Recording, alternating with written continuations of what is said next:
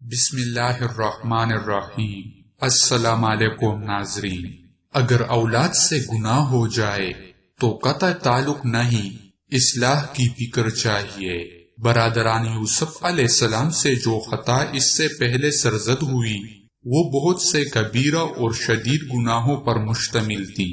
مثلا اول جھوٹ بول کر والد کو اس پر آمادہ کرنا کہ یوسف علیہ السلام کو ان کے ساتھ تفریح کے لیے بھیج دے،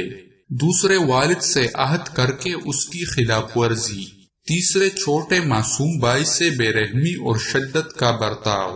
چھوٹے ضعیف والد کی انتہائی دل آزاری کی پرواہ نہ کرنا، ایک بے گناہ انسان کو قتل کرنے کا منصوبہ بنایا، چھٹے ایک آزاد انسان کو جبرن اور ظلمن فروخت کرنا۔ ایسے انتہائی اور شدید جرائم ہے کہ جب یعقوب علیہ السلام پر یہ واضح ہو گیا کہ انہوں نے جھوٹ بولا ہے اور دیدہ دانستہ یوسف علیہ السلام کو ضائع کیا ہے تو اس کا مقتضی بظاہر یہ تھا کہ وہ ان صاحبزادوں سے قطع تعلق کر لیتے یا ان کو نکال دیتے، مگر حضرت یعقوب علیہ السلام نے ایسا نہیں کیا،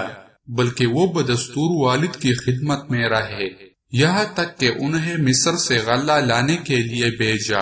اور اس پر مزید یہ کہ دوبارہ پھر ان کے چھوٹے بھائی کے متعلق والد سے عرض معروض کرنے کا موقع ملا، اور بالآخر ان کی بات مان کر چھوٹے صاحبزادے کو بھی ان کے حوالے کر دیا۔ اس سے معلوم ہوا کہ اگر اولاد سے کوئی گناہ و خطا سرزد ہو جائے تو باپ کو چاہیے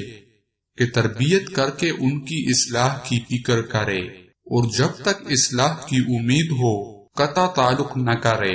جیسا کہ حضرت یعقوب علیہ السلام نے ایسا ہی کیا،